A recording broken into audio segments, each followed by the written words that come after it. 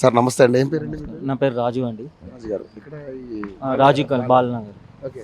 రాజు గారు ఏదో జిహెచ్ఎంసీ ఎన్నికలు రాబోతున్నాయి.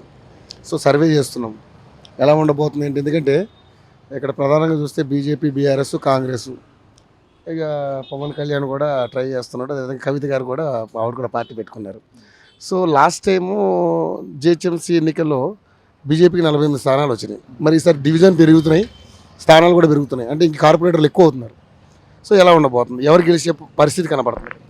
ఇప్పుడు ఒకటి చెప్పేంటో అన్న, ఈ యాక్చువల్గా అంటే ఏంటంటే ఇంతకుముందు ఉన్నంత ఫస్ట్ కేసీఆర్ ఉన్నప్పుడు ఒక టైప్ బాగుండే. ఈ రేవంత్ రెడ్డి వచ్చిన నుంచి ఏమైపోయిందంటే వర్కులు లేవు. నేను ఒక సామాన్య మనిషిని, నేను లేబర్ పోదామంటే ఇప్పుడు కూలికి వచ్చినాం అనుకో, పని ఉన్నోనికి ఉంటుంది, లేనోనికి లేదు. ఇప్పుడు నా సౌండ్ సిస్టమ్, ఇప్పుడు నేను లైటింగ్ చేయాలంటే కూడా ఏమైపోతుంది, ఇంట్లో కూడా కాంపిటీషన్ వస్తుంది, ఇంట్లో కూడా కాంపిటీషన్ వస్తుంది. మనం 10 రూపాయలు చెప్తే వేరేడు 5 రూపాయలకు 6 రూపాయలకు చేస్తుంది. అసోసియేషన్ కూడా అంత ఏం పట్టించుకుంటారు, ఇవ్వంది అందా వందే. ఇప్పుడు రెడీమేడ్ మెటీరియల్ వచ్చింది. అప్పుడేమో మనం పోయి లైట్ కడితేనే, మనం ఇంటికి లైట్లు వేస్తేనే సౌండ్ సిస్టమ్కు వాల్యూ ఉంది. ఇప్పుడు చైనా బజార్లో పోయి ఆడ కోటి కోతురు తెచ్చుకుంటారు, వాళ్ళు వేసుకుంటారు, అట్లా లేదు. పెద్ద బిల్డింగ్ ఉందంటే ఒక ఎలక్ట్రీషియన్ 500 300 ఇచ్చి వాళ్ళతో కనెక్షన్ ఇచ్చి వేయించుకుంటారు.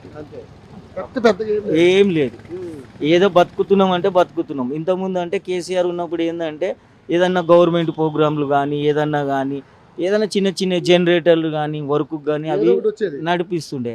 ఈ రేవంత్ రెడ్డి వచ్చిన నుంచి ఏం లేదు. ఇంకొకటి ఏంటంటే నేను కొంచెం రియల్ ఎస్టేట్ కూడా చేస్తాను. నేను ఒక ఇల్లున్నది చూద్దా అంటే హైడ్రా దిక్కలు ఎవరు వస్తలేరు, భయపడుతున్నారు. హైడ్రా దిక్కలు అయితే కొన్నాక ఏం పరిసరం ఒక హైడ్రాలో మళ్ళీ పోయిందంటే అట్లా అని వస్తలేరు. అట్లా ఏం చేస్తాం, జమాల్ అంతే అయిపోయింది. ఏం ఇప్పుడు ఇక్కడనే 2-3 ఇండ్లు ఉన్నాయి అన్న, ఇది ఇల్లు అమ్ముతారంటే అరే చెప్పలేం పోయి, మళ్ళీ తర్వాత ఏం బాధ ఉంది, ఏం కథ కొనుక్కున్నాక మళ్ళీ పరిశాన్ అని ఆగుతా. అప్పుడు కేసీఆర్ ఉన్నప్పుడు అట్లా కాదు, ఇల్లు చూపెట్టినామా 2 రోజులలో కథం అయిపోతుండే. మరి అక్రమంగా కట్టినట్లయితే కోల్చాలి, కానీ అయితే ఇక్కడ లేదు కదా లోకల్. ఇప్పుడు ఉన్నాయి చెరువు లేవు కదా, ఇక అది పరిశాన్ అయిపోయింది. నాలా పక్క ఉంటుంది, అక్కడ ఉందంటే వేరే మాట. ఇక్కడ ఏం లేదు. రియల్ ఎస్టేట్ ఉన్న వాళ్ళకి ఎవరికైనా, ప్రతి ఒక్క లేబర్కైనా సరే కానీ కూడా పొద్దుగాళ్ళు వచ్చి కూర్చున్నా అంటే పొద్దుగాల పాల ప్యాకెట్కు కూరగాయలకు రోజుకు 200 రూపీస్ అవుతాయి. 200 రూపీస్ సామాన్యంగా అయితే. ఇప్పుడు నాకు ఇద్దరు పిల్లలు, మళ్ళీ ఇంట్లో రెంట్ ఎట్లా కట్టుకుంటాం, ఏం చేస్తాము. మనకంటే ఇప్పుడు ఉంది కాబట్టి, నడుస్తుంది కాబట్టి ఏదో డక్లాన్స్తాం, కొన్ని చేయాలి. పిల్లలు చదువుకుంటారు, కాలేజీలో పోతారు, వాళ్ళకి 1,00,000 రూపాయలు మంత్లీ సంవత్సరం. మొన్న దాకా స్కూల్ అయిపోయింది, ఇప్పుడు కాలేజీ. మొన్న మా పాప గవర్నమెంట్ స్కూల్లో కాలేజీలో చేసినాం, కుకుట్పల్లి పిఎస్ పక్కపల్లి. అది వాళ్ళ స్కాలర్షిప్ పడతాయి. రాలేదు 2 సార్లు వస్తుందని ఫామ్స్ అన్ని అక్కడిక్కడ అవి రాలేదు సార్. ఇప్పుడు వాస్తవంగా చెప్తున్నాను, నా పాప గవర్నమెంట్ కాలేజీలోనే చదివింది, కుకుడుపల్లి పోలీస్ స్టేషన్ పక్క పోండి.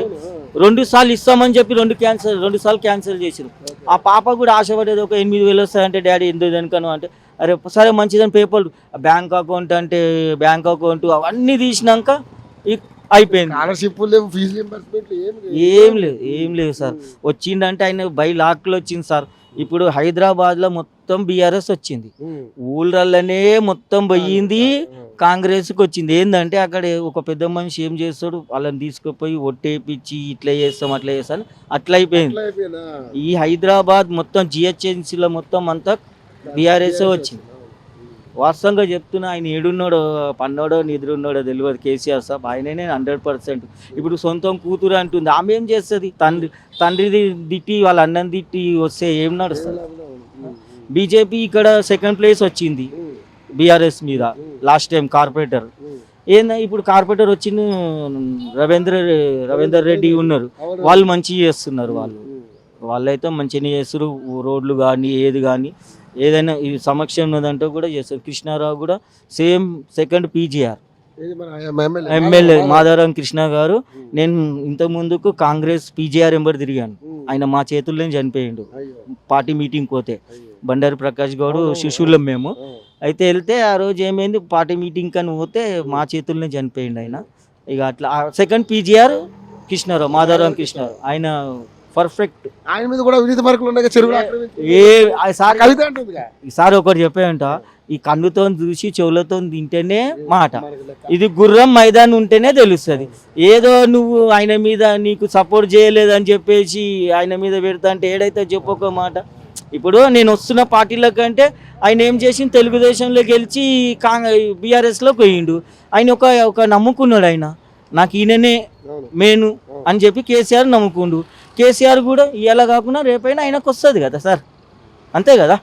బీజేపీకి ఇక్కడ సెకండ్ ప్లేస్ ఉండే last time BJP first place వచ్చే పరిస్థితి లేదా? సార్ ఒకటి చెప్పేంట, క్యాండిడేట్ని బట్టి వస్తుంది ఏదైనా కానీ కూడా. ఇక తప్పు మాత్రమే ఏమంటానంటే 10 ఏళ్ళు బీఆర్ఎస్కి అవకాశం ఇచ్చారు గురుగారు, ఒక 5 ఏళ్ళు కాంగ్రెస్కి ఇచ్చారు, ఒక 5 ఏళ్ళు ఒక చిన్న లాజిక్ చెప్తా. ఆల్రెడీ ఇప్పుడు బీఆర్ఎస్ కాదని కాంగ్రెస్కి ఇచ్చిరు. కాంగ్రెస్ ఏం చేసింది ఇప్పుడు ఒక మాట. ఆయనకు కూడా ఇప్పుడు కేసీఆర్కు కేటీఆర్కు కూడా ఇప్పుడు అనుభవమైంది. ఆయన ఆ సార్ కూడా ఏమంటుండు, మా దాంట్లో కూడా కొంచెం తప్పులు ఉన్నాయి, మేము సరిదిద్దుకుంటాం, మా చిన్న లీడరే BMW కాలరాలు అన్లీలో తిరుగుతుండు అని పబ్లిక్ కూడా ఆలోచించారు. ఇప్పుడు మేము కూడా ఏం చేస్తాం ఆలోచిస్తామని ఆయన కూడా అంటారు. 100% టీఆర్ఎస్ఏ వస్తుంది.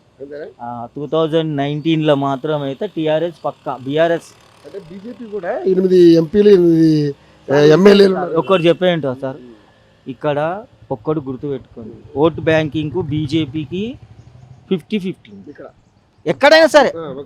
ఎక్కడ ఇప్పుడు హిందూ జై కాంగ్రెస్ కాంగ్రెస్ ఏమున్నా సరే అయిపోయింది. హైదరాబాద్ మొత్తం హైడ్రా కొట్టిండు. చిన్న పిల్లలు చదువుకున్న పిల్లల బుక్కులు గుంజుకొని ఆ టీవీలో చూస్తుంటే ఏడుపు వస్తుంది. ఒక చిన్న పాప మా అమ్మకు బాగలేదు, అన్నం తినలేదంటే అది ఎవరైనా కానీ కూడా, ఎంత పెద్ద ప్రధాని అయినా కానీ ఎవరికైనా ఉంటుందా ఉండదు చెప్పు. అది సార్, అది చూడాలి ఒక్కటి, గరీబోలేదు కానీ ఏది కానీ అది ఒక్కటి చూసుకుంటే చాలు. ఇగో ఆయన పడే ఓట్లు ఉంటే బీఆర్ఎస్ కంపల్సరీ వస్తుంది. పబ్లిక్ కూడా ఏముంది, ఇవాళ రేపు అవన్నీ చేసినా ఏం చూస్తలేరు, పైసా దేక్ ఓట్ దాల్, ఇప్పుడు అదే ఉంది పని. ఇక బీఆర్ఎస్లో అట్లా కాదు. ఆయన ఏం చేసిన అంటే సార్ కూడా ఏం చేసిన అంత మనదే. ఇప్పుడు మా అత్తగారు వచ్చేసి సిద్దిపేట దగ్గర చింతమడికి దాటి పోవాలి, ముస్తాబాద్, మా మిస్సెస్ వాళ్ళ ముస్తాబాద్. నా పెళ్ళిలో 2000 నా మ్యారేజ్ అయింది. అక్కడ సింగిల్ రోడ్, ఇట్లా సింగిల్, ఇప్పుడు డబల్ రోడ్డు కూడా ఇట్లా ఒంపులు ఉండే. ఇప్పుడు చూస్తే రోడ్డు నూనె సిద్దిపేట హరీష్ రావు సెకండ్ పీజీఆర్ ఆడ సేమ్ ఆయన కేటీఆర్. ముస్తాబాద్లో కూడా నేను చెప్తున్నా కదా, ఇప్పుడు 26 ఏళ్ళు అవుతుంది నా మ్యారేజ్ అయ్యి, అప్పటికిప్పటికి చాలా ఫరక్ ఉంది. అప్పుడు చెరువు నిండాక లేదు, ఇప్పుడు చెరువు టు చెరువు నింపిండు, నీళ్ళు పుష్కలం ఉన్నాయి.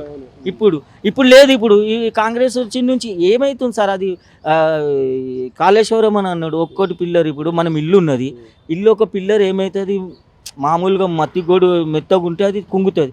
దానికి ఏదో ఒకటి జాకులు పెట్టో ఏదో పెట్టి ఇంకొక ఆల్టరేషన్ చేయాలన్నా ఒక మాట, అంత పెద్దది కట్టిండు. ఇప్పుడు పబ్లిక్ నీళ్ళకు ఇప్పుడు కష్టం. ఇప్పుడు చూడండి, ఇప్పుడు ఇంకొక నెల ఆగండి, వర్షాలు లేవు, నీళ్ళకి ఎంత కష్టమే. నువ్వు సీఎం పదవి ఎక్కినావు కరెక్టే, ఒప్పుకుంటాం. నువ్వు అంతా చేసి ఈ పబ్లిక్ని, మామూలు పబ్లిక్ని, కామన్ పబ్లిక్ని ఖరాబ్ చేస్తా అంటే ఏడైతే చెప్పు. ఉన్నోళ్ళ దగ్గర తీసుకో, వాళ్ళు కష్టం చేసి వాళ్ళ ఇంట్లో పని చేసిరా, మెస్సిరి పని చేసిరా, చేతకాయదాలు ఊరుకున్నారా, ఏం కథ కొనుక్కొని కట్టుకున్నారు వాళ్ళు. అప్పుడు మళ్ళీ అప్పుడు వైఎస్ రాజశేఖర రెడ్డి ఉన్నప్పుడు ఇచ్చింది కదా అది. ఇప్పుడు కేసీఆర్ చేసిందంటే ఆయన చేసిండా చేయలేదో నీకు తెలియదు. వాళ్ళు కట్టుకున్నారు, వాళ్ళకు అప్రూవల్ ఇచ్చేసిండు, వాళ్ళు మంచి జీవితంగా మంచిగా ఉన్నారు. డబుల్ బెడ్రూమ్లు వాళ్ళకి ఇచ్చిండు. ఇచ్చినాక నువ్వు ఏం చేస్తున్నావు, ఒకటైనా కట్టినావా? ఇప్పుడు 2 ఏళ్ళు ఇందిరమ్మ, అదే సార్ లాస్ట్ టైం కేసీఆర్ కట్టిన డబుల్ బెడ్రూమ్ ఉన్నాయి. ఇప్పుడు ఇందిరమ్మ ఇల్లు ఎడగట్టి ఒక్కటనే, అదే ఒకళ్ళది. ఇప్పుడు నేను కట్టినా, నువ్వేం చేసినావు, నా పేరు మీద నువ్వు పేరు మార్చి పెయింటింగ్ మార్చి ఇచ్చేస్తావు. ఇప్పుడు నాకు ఇప్పుడు నాకు వచ్చింది సార్, దేవుని దేవల్ల నాకు డబుల్ బెడ్రూమ్ వచ్చింది, నిజాంపేటలో వచ్చింది. నేను హ్యాపీగా ఉంటున్నాను. ఇప్పుడు కిరాయి ఈడ కట్టాలంటే ఏడైతుంది, సరే మరి ఇప్పుడు నా బిజినెస్ ఇక్కడ ఉంది కాబట్టి ఇక్కడ వచ్చిపోతున్నా డైలీ. సరే, ఇప్పుడు మరి అంటే మొత్తానికి అయితే బీఆర్ఎస్కి అవకాశం ఉందంటారు. 100% బీఆర్ఎస్ కొట్టుకొని వస్తుంది సార్. మరి ఇప్పుడు ఎస్ఐఆర్ అనే దొంగ ఓట్లు తీసే కార్యక్రమం జరుగుతుంది ఎట్లా? అది మంచిదే సార్, ఉమ్, అది మంచిదే. ఉమ్, ఇప్పుడు నేను ఉన్నా 2000 నుంచి నేను ఓటేస్తూనే ఉన్నా. ఉమ్, నా మిస్సెస్ చేస్తుంది. లాస్ట్ టైం నా బాబు కూడా ఎంపీకి వేసిండు, ఎమ్మెల్యేకి వేసిండు. ఈసారి కూడా మా పాప ఫస్ట్ ఓటు వస్తుంది. మంచిదే, దొంగ ఓట్లు పోతాయి, అన్ని ఓట్లు పోతాయి. ఉమ్, ఓకే. అంతేనా? ఒరిస్సా బీహార్ వాళ్ళకి కూడా డబల్ బెడ్రూమ్ వచ్చిందంటే నాటే జోక్ కదా సార్. ఇప్పుడు ఇక్కడ శ్రీకాకుళం వాళ్ళు ఉన్నారు ముసాపేట్ల. ఉమ్, పీజేఆర్ అది బస్సు పెట్టిండు, ఉమ్, పీజేఆర్ బస్సు పెట్టిండు. ఆడ మొత్తం శ్రీకాకుళం దేవుడు అంటారు ఆయన, తెలుసా? మేము తిరిగినాం. మేము ఇప్పుడు శ్రీకాకుళంలోకి వచ్చినాయి, మంచి మంచి వాళ్ళకి వచ్చినాయి. ఇక్కడ ఓటాక్కున్న వాళ్ళకి ఇండ్లు, వాళ్ళ అందరు దేవుడే అంటారు కదా. ఇప్పుడు నువ్వేం చేసి సరే 2500 అన్నావు, ఇచ్చినావా? ఆరు గ్యారెంటీ లేవు అమ్మ అట్లా. ఉమ్, లేవుగా. ఒక బస్సు తప్ప. ఒక బస్సు, ఆ బస్సు కూడా అయిపోయి 200 యూనిట్లు కరెంట్ రావట్లే. వస్తుంది సార్, వస్తుంది. కానీ ఇప్పుడు 200 యూనిట్లు ఉంది. ఇప్పుడు మామూలుగా ఇప్పుడు ఎండాకాలం వచ్చింది, కథం స్టార్ట్ అయింది బిల్లు. ఇల్లు 200 యూనిట్ల కంటే ఎక్కువ దాడుతుంది కదా. అట్లా అంటే మొన్నటి దాకానేమో ఏం లేదు. ఇప్పుడు 200 యూనిట్లు మొన్నటి దాకా ఎండాకాలం ఉండే. ఒక్కసారి అది యూనిట్ అయ్యిందంటే ఇక జీరో బ్యాలెన్స్ ఏడు వస్తుంది, అదే కంటిన్యూ టక్ టక్ అనేది వస్తుంది. మీటర్ చాలు కరో అది కథ. గ్యాస్ వస్తుందా 500కి? ఏడొస్తుంది గ్యాస్ ఏడొస్తుంది సార్? గ్యాస్ 500కి ఏడొస్తుంది? సబ్సిడీ అందులో వార్తలు కూడా పడతలే బ్యాంకులో. ఆ, మహిళలకి 2500 లేవు. లేవు. ముసలోళ్ళకి 4000. పాపం ఒక్కొక్కరు అయితే ఏడుస్తారు. ఎందుకు చెప్పాలి? ఈడనే ఇట్లా ఏడుస్తున్నాం అంటే ఊళ్ళో ఎట్లా ఏడుస్తారు? అట్లా నేను అనేది. థ్యాంక్ యూ అండి, థ్యాంక్ యూ సో మచ్ అండి.